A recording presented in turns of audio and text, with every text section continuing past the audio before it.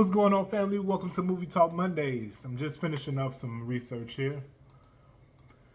Looking at our top 5 list for the weekend, and unfortunately, nope.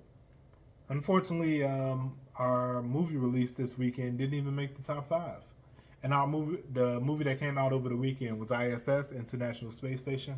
Small budget film, I believe it cost like $13 million, and that's crazy how $13 million is considered small budget. But you get my point.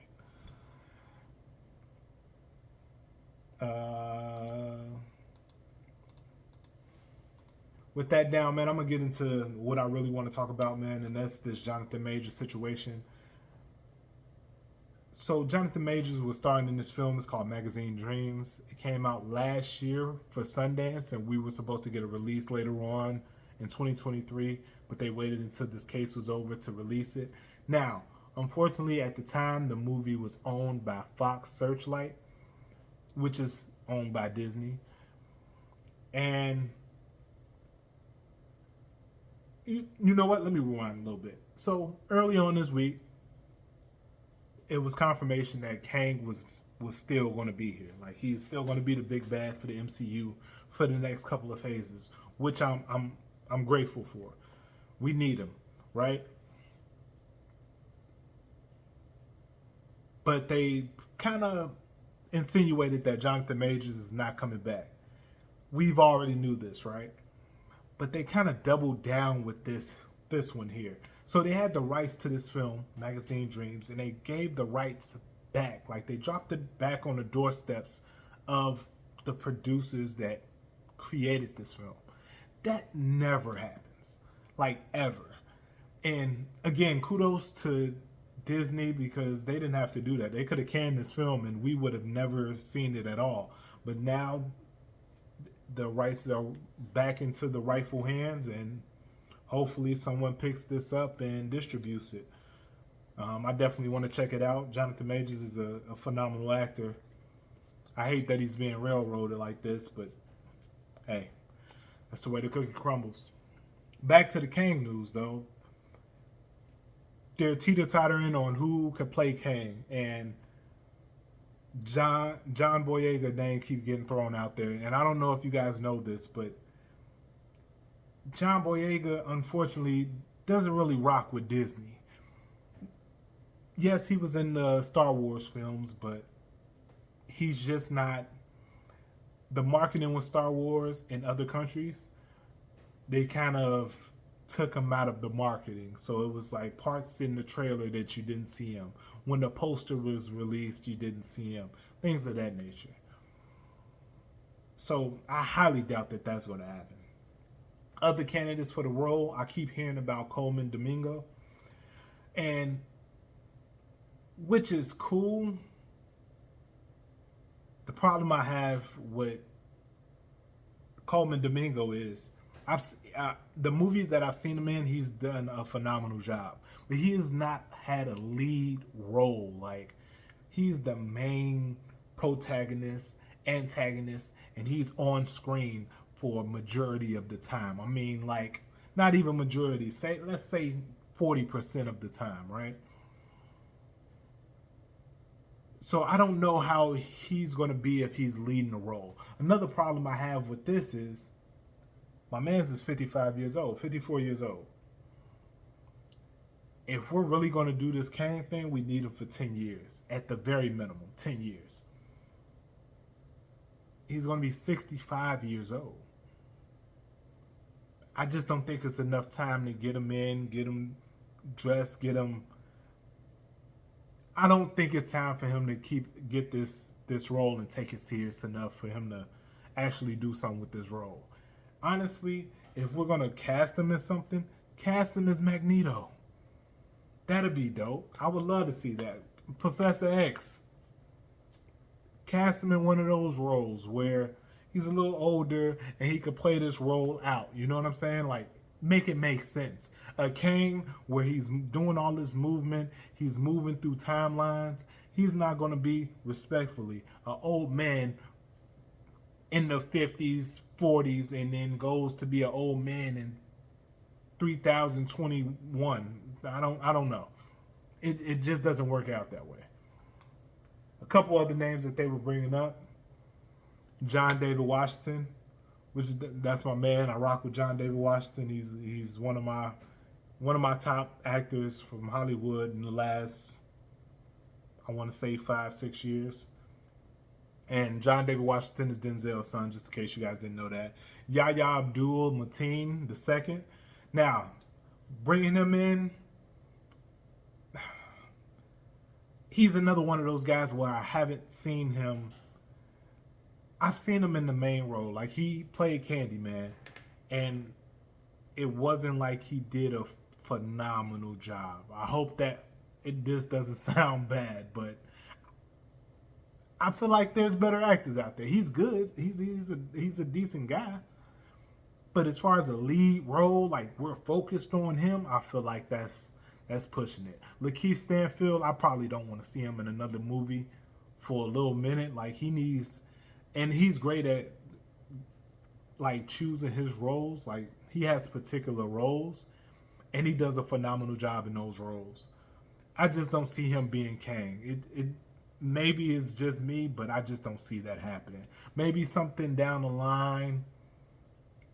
Throw in. We'll think. I was about to bring up another X-Men character. I don't want to do that again. But Lakeith Stanfield is a phenomenal actor, and I just can't see him in the Kang role. Jeffrey Wright, again, back to the age thing. Jeffrey Wright is a phenomenal actor. There's not much that this man cannot do. Like he played, I've followed this man since Shaft, the 2000 version. Like he's just great at what he does. It's just the age gets in the way again with that, and also, again, you want somebody in a different. You want to look at Kang in a different mindset than an elder, because you have those elder characters that are going to play villains in this world. You're going to have the Mysterios, not Mysterios, Mephistos. Like you're going to have the Mephistos of the world. He's going to be an older character. Hell, Coleman Domingo for that, Jeffrey Wright for that. You know what I'm saying? And Jeffrey Wright is technically he's the voice of the Watcher for the What If series. So that's pretty dope. He's already locked in. So giving him another role would be dope, but I just don't feel that Kang really fits that. So out of these characters, out of these guys, I'm leaning more towards John David Washington. And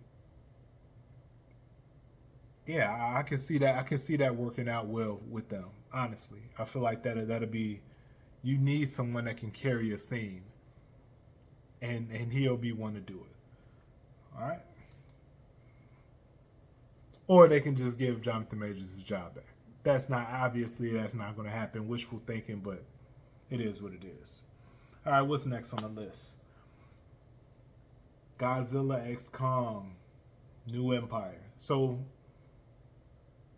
I kind of just talked about January a little bit and how we've been slow at box office. As I just said, ISS really didn't make no money this weekend, and it was this opening weekend.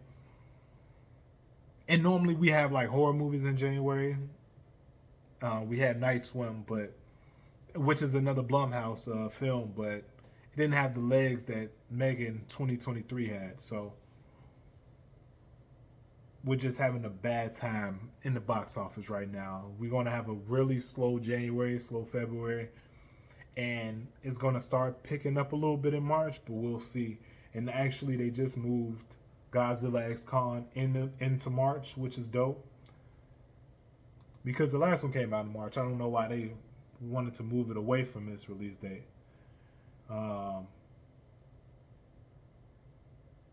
I think that's a good sign that Hollywood is comfortable with releasing these films.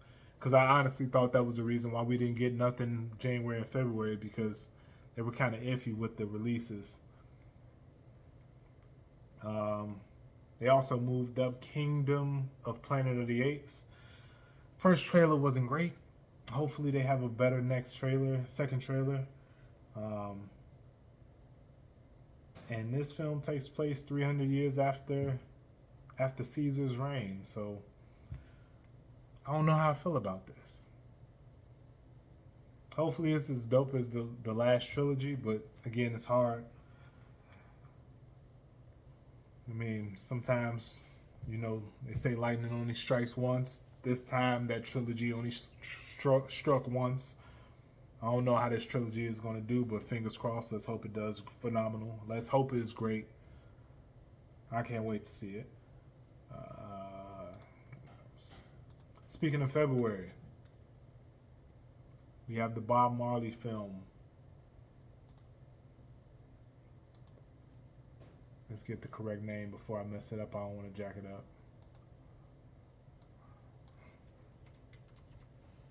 Bob Marley, One Love. And this is supposed to come out in February, first day, February 14th, so Valentine's Day. Now, I kind of feel a way about that. So I feel like if they would have pushed it to his birthday, which is February 6th, it would have been dope. His movie comes out on his birthday, although that's a Tuesday. Half premieres on Tuesday, have it come out Wednesday, full opening.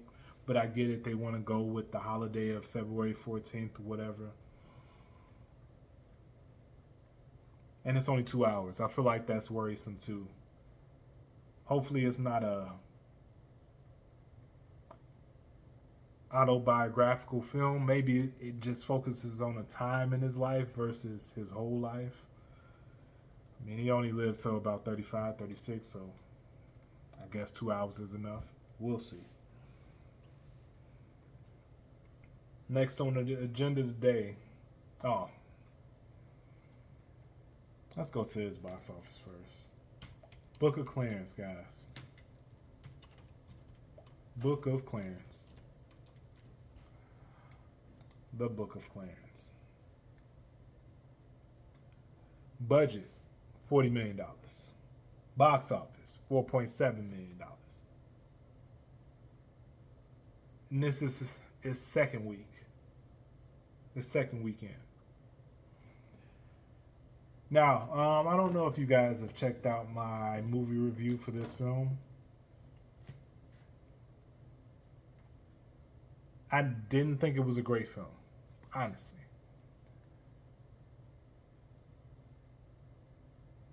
But because I know what... Okay, so let me go back to the Seez Monroe show. When I explain these films, as far as like, I give them the ratings based on rewatchability, watchability. Would I take the last of my money to go watch this film versus would I rather go do something else with it?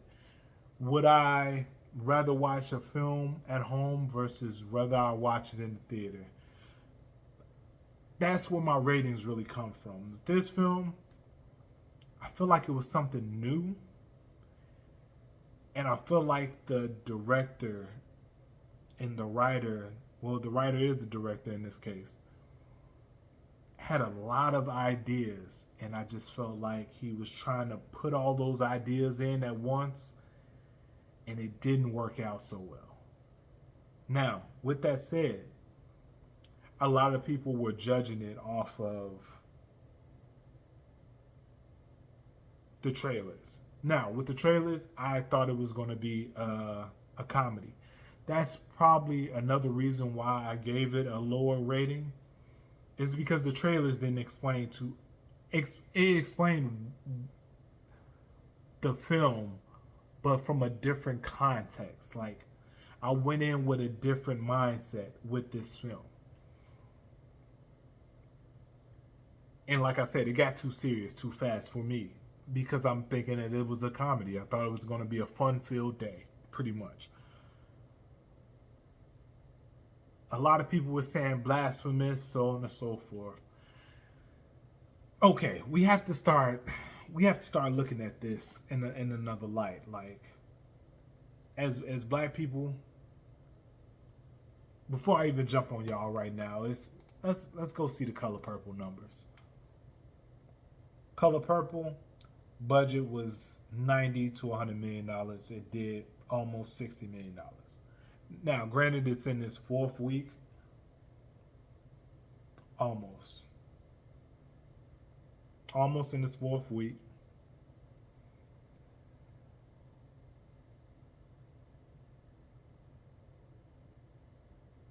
How do I say this without hurting nobody's feelings? The problem I have is the Color Purple is nothing but black trauma.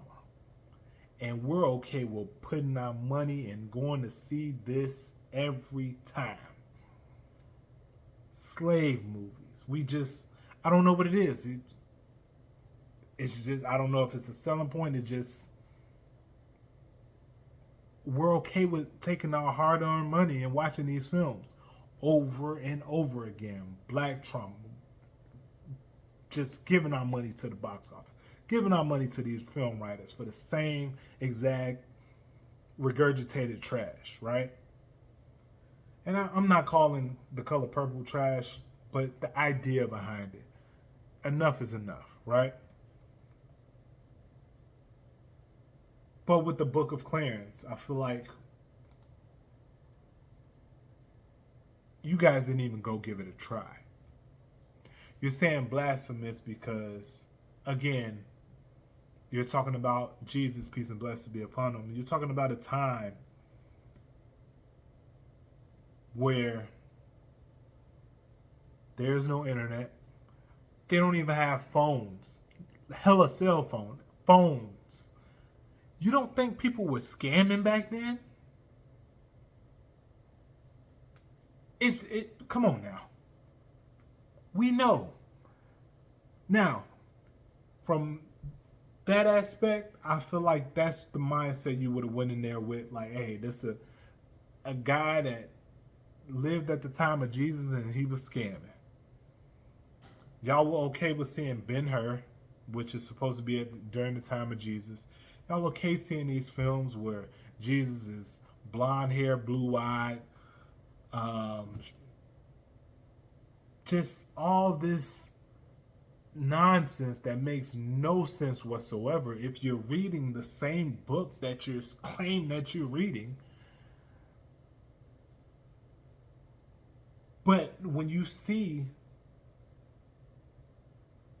black people during the time of Jesus, around Jesus, you have a problem with it.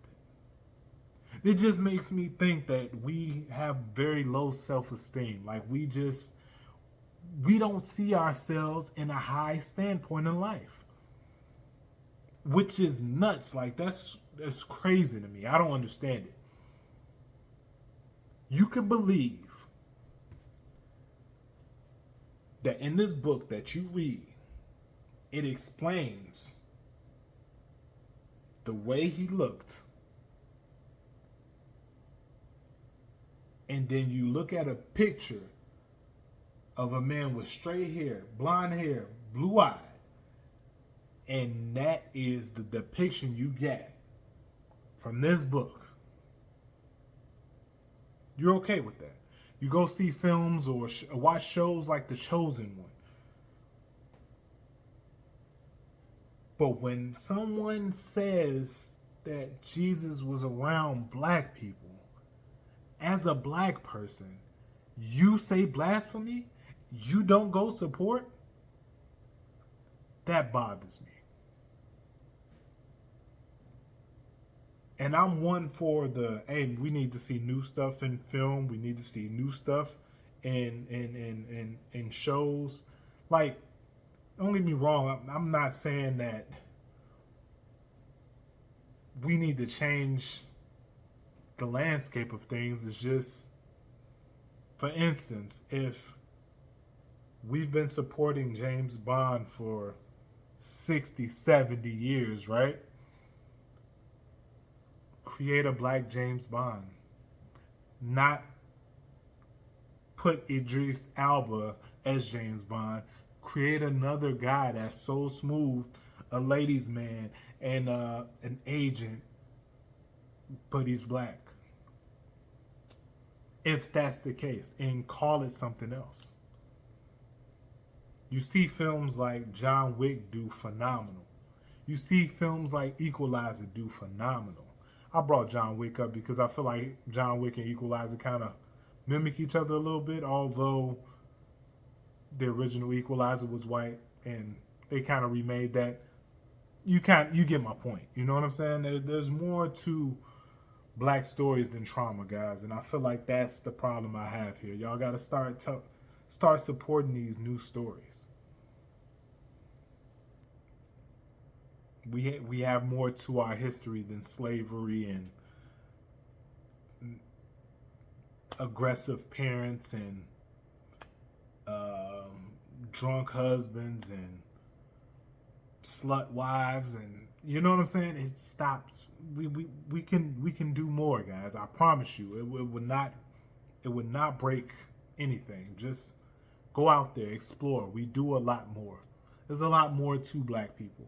As a black person, you should know this. That's all I'm just gonna leave it there. That is my piece with that, because a lot of people just they talk like they want change, and once change is here, it's like they go hide in the corner somewhere. It's the weirdest shit to me, but I digress. And by the way, for the people that's saying that this is blasphemous, I'm talking about the Book of Clarence here. Just imagine you believe in this guy and you see the imagery. Well, I'm sorry, you don't see the imagery.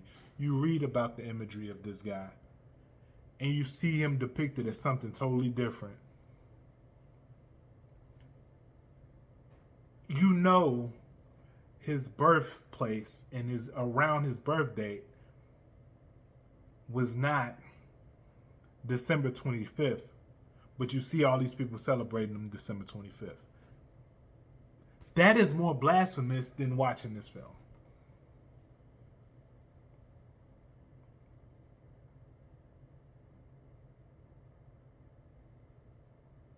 Just think about that. I digress. Let's get into some more lighter news. Mission Impossible Dead Reckoning drops the part 1 off of it, which is not very important. The first film was terrible. I'm sorry. Mission Impossible 7 was terrible. And it didn't do great at box office. So I'm pretty sure that they wanted to get away from that movie as much as possible, honestly. And then now you have Paramount, in which Mission Impossible is a Paramount property. You have Paramount selling over to Warner Bros. You have Tom Cruise setting up shop at Warner Brothers. Maybe they move on from Dead Reckoning. Maybe they don't do a part 2. Or maybe they just name it something else. I don't know. But I don't feel like that was a deep thought. I feel like naming it part 1 was a bad idea from the beginning. It's kind of like Fast X. Like, they didn't name it Fast X Part 1. They just named it Fast X. Although that was probably the worst Fast and the Furious film I've watched. But that's neither here nor there. But tell me what you guys think, man. I feel like I said my piece with everything. Ain't much going on this week. But the two big things was the Jonathan Majors situation and the Book of Clarence as well. Like, we got to get out here. We got to support these black films, especially if you're claiming that you want to see something different. Stop settling for the same ish, right? It's like there's only so many Martin Luther King films they can put out in a year. There's only so many slave movies they're gonna put out every year. You know what I'm saying? Like, we gotta move on, guys. We gotta do something different. All right. But that's my piece, man. I'm gonna see y'all Thursday for the Seez Monroe show. What we got this week? Lift. The Kevin Hart Netflix film Lift. Check out that review this Thursday. I appreciate y'all for tuning in. Have these conversations with me, guys. Am I wrong for this? I feel like I hit it on the money with this whole Book of Clarence thing. I just feel like we have so much. We're just so used to trauma. Like that's what we get. That's all we want to see ourselves go through is trauma. Like we can't have a happy film out there. Like it baffles me. I don't get it. Even with this film, again, like I said, it got too serious too soon for me because it kind of took a turn where I wasn't expecting it, which I guess is good in the film aspect of things, but at the same time, I went in there for something more light-hearted. It's like the Get Out situation. People kept calling Get Out a comedy because it was done by Jordan Peele. So what if I would have went into Get Out thinking that it was a comedy? Just my thought process. What would I have rated it at that time? I didn't watch Get Out the opening day. It was like I had plans to see it with my friends that weekend, so I waited. But I just heard how phenomenal it was. And when I finally watched it, I was just like, that was great. And then you watch it the second time, and you're like, you catch all the stuff that you missed the first time around, and you're like, that's dope. I love films like that. You gonna catch me every time. I think that's why I love Tenet so much. Like that movie is phenomenal. Speaking of Tenet, I just finished watching the Batman, the Robert Pattinson Batman. I can't wait for part 2 of that. That's supposed to come out 2025, so we got a year from there. But another thing about that, man, I guess great IP never gets old. We've been seeing Batman films since the 80s, so, and I guess they just keep working because they don't stop. There's been a Batman film. I'm 33. There's been a Batman film since I can remember, like at least every 2 years. There's something about Batman. If it's not a Batman film, every year actually. If it's not a Batman film, it's a Batman show.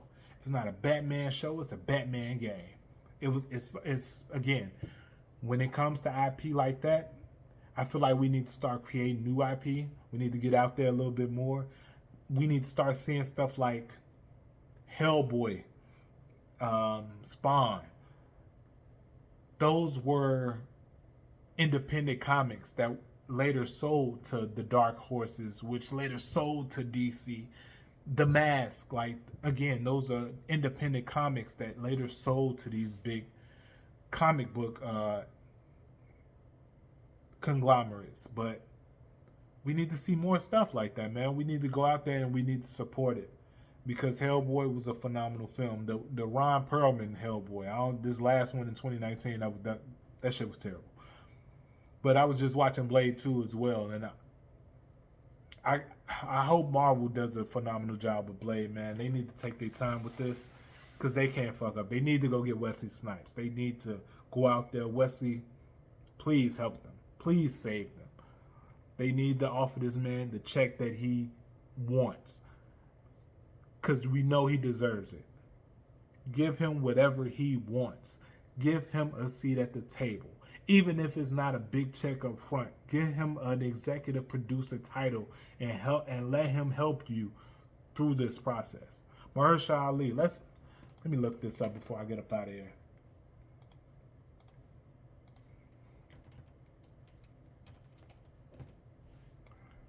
How old is Mahershala? Mahershala is about to be 50 years old next month, February 16th. It's time, guys. Like, you either help get this show on the road or move on. Like, Mahershala Ali, give him his check, find a new Blade, get Wesley in the executive producer role, move forward. It's that simple, man. Like, y'all, I think we making things more complicated than they need to be at this point. And again, it goes back into Mahershala Ali. I'm not saying that he doesn't look like he's a day over 30, but at the end of the day, we need him for 15 years, minimum for these Blade films to work out the way it needs to work out. So if we release a Blade film every 3 years, that's 5 Blade films, or every 4 years, that's, you know what I'm saying? Like, that's 3 Blade films, 3 or 4 Blade films, bro. Like, could we get a nice trilogy up out of them? You need to make this happen, and I feel like we can do that. He's 50 now, so by the time he's done, he'll be 61, 62. I think they need to do that. Go ahead and get Wesley Snipes into the executive producer chair and get this show on the road, because I don't know. I'm pretty sure they're just fucking it up over there at Disney. Disney is just doing horrible. We're going to talk about that next week, because I'm a little over time already. I feel like Disney needs to work on that, because they just fucking up the game right now, and not in a good way. And honestly, this is the perfect time for the DCEU to come in and start taking over and start doing phenomenal things. They have so much. Warner Brothers has so many properties over there. You have DC. You have Mortal Kombat Universe, which is, I'm pretty sure it's just Mortal Kombat Universe. You have these universes. You have Barbie. What?